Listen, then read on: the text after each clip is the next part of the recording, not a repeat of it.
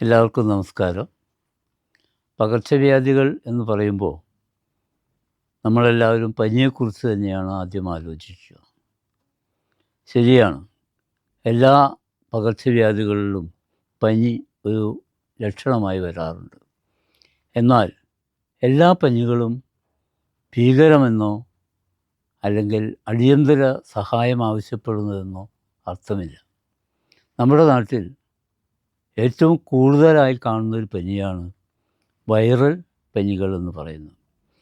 വൈറസുകളുടെ ബാധ മൂലമുണ്ടാകുന്ന പനികളാണ് ആ ഗണത്തിൽപ്പെടുന്നത്. വൈറസുകൾ പലതരത്തിലുണ്ട്. പക്ഷെ എങ്കിൽ പോലും ആ വൈറസുകൾ പനി ഉണ്ടാക്കുമ്പോൾ കാണുന്ന ചില സാമാന്യ ലക്ഷണങ്ങളുണ്ട്. അത് അറിഞ്ഞു കഴിഞ്ഞാൽ വൈറൽ പനികളെ ഭയക്കാതെ മുന്നോട്ട് പോകാൻ നമുക്ക് സാധിക്കും.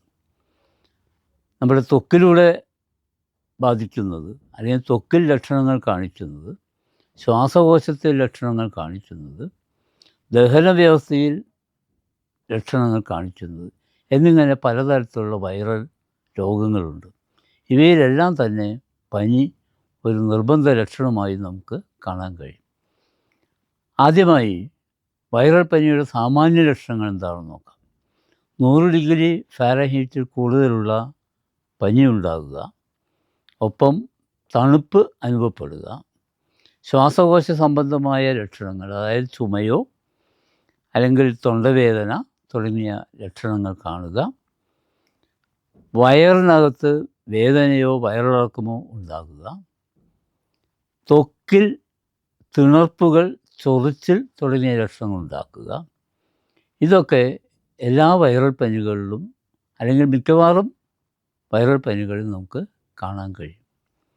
വൈറൽ പനികളുടെ ഒരു പൊതുവായ ലക്ഷണമെന്ന് പറയുന്നത് അത് തനിയെ തന്നെ ശമിച്ചു പോകും എന്നുള്ളതാണ്.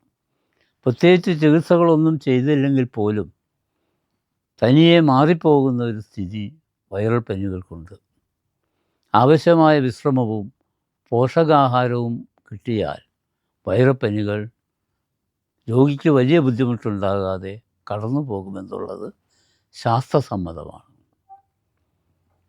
ആഹാരം എന്നുള്ളത് കഠിനമായ ദഹിക്കാൻ വിഷമുള്ള ആഹാരം കഴിക്കാതിരിക്കുകയും വെള്ളം ധാരാളം കുടിക്കുകയും ആവശ്യമായ വിശ്രമം എടുക്കുകയും ചെയ്താൽ പനിക്ക് അല്ലെങ്കിൽ പനി മാറാൻ ധാരാളമാണ്.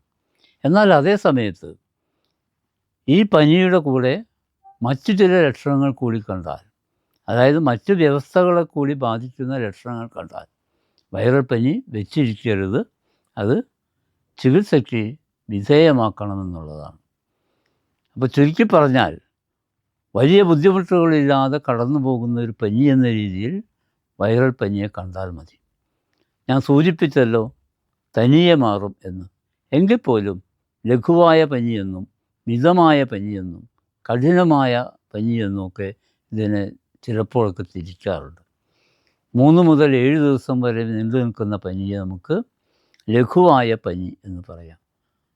10 ദിവസത്തിൽ കൂടുതൽ അല്ലെങ്കിൽ 15 ദിവസം വരെയൊക്കെ നിൽക്കുന്ന പനിയെ മധ്യമമായ അല്ലെങ്കിൽ മിതമായ പനി എന്ന് നമുക്ക് പറയാം. പക്ഷേ 10 ദിവസത്തിൽ കൂടുതൽ പനി തുടരുകയും ചുമ തുടങ്ങിയ വിഷമലക്ഷണങ്ങൾ കാണുകയും ചെയ്താൽ വൈദ്യസഹായം തേടാൻ ആരും മടിക്കരുത്. വളരെ പെട്ടെന്ന് തന്നെ വൈദ്യസഹായം തേടണം. അപ്പോൾ ചുരുക്കത്തിൽ വൈറൽ പനികൾ ഭയപ്പെടേണ്ട ഒന്നല്ല. ശരിയായ വിശ്രമവും പോഷകാഹാരവും ഉണ്ടെങ്കിൽ വലിയ പ്രശ്നങ്ങളില്ലാതെ കടന്നു പോകുന്ന ഒരു പനിയാണ് വൈറൽ പനി.